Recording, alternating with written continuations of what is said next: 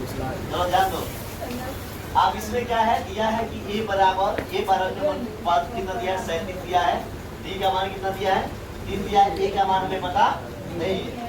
S12 यहाँ भी a12 पूछ रहा है और यहाँ भी S12 पूछ रहा है। a12 बना हुआ पद क्या होगा और इन बना हुआ पद का योग भी क्या होगा, ठीक है।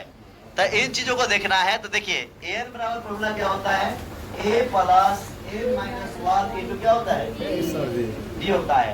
अब देखो an का मान समझ लो कितना हो गया है, 37। आप चाहे तो यहाँ लिख सकते हैं कि n बराबर कितना है, 12। n का मान कितना है, 12। an का मान कितना हो गया, अर्थात अंतिम पद है 37 बराबर a का मान कितना है, नहीं पता है, हमें यही निकालना है। n का मान 12 माइनस 1 इंटू d का मान कितना हो गया, 3 हो गया।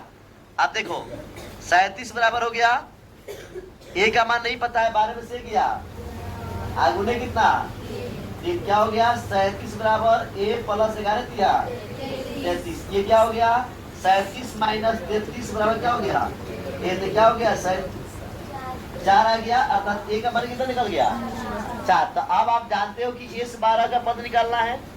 S12 बराबर कितना होगा बाबू, फॉर्मूला क्या होता है, n by 2 into A plus N. ताकि हमारे पास ये दोनों पता है क्या है, n क्या। देखो यहाँ पे क्या हो गया, S12 बराबर n का मान कितना है बाबू, 12/2। a का मान कितना निकालनी है आपको बोले, 4।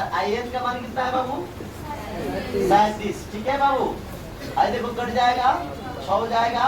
तो S12 बराबर 6 इंटू 41 हो गया ना, जोड़ने पर तो क्या हो जाएगा, S12 बराबर गुना कर लो 6 गुने 41। तो S12 बराबर कितना हो जाएगा, 6 कम 6 अच्छा चुका 24। तो कितना हो गया 240। S12 बराबर कितना निकल गया, 246। और ये 12 एक बराबर कितना निकल गया था, 4। क्या हो गया, ऐसा हो गया। ठीक है, बाकी जो फिर फंसेगा वो पूछिएगा, बताएंगे।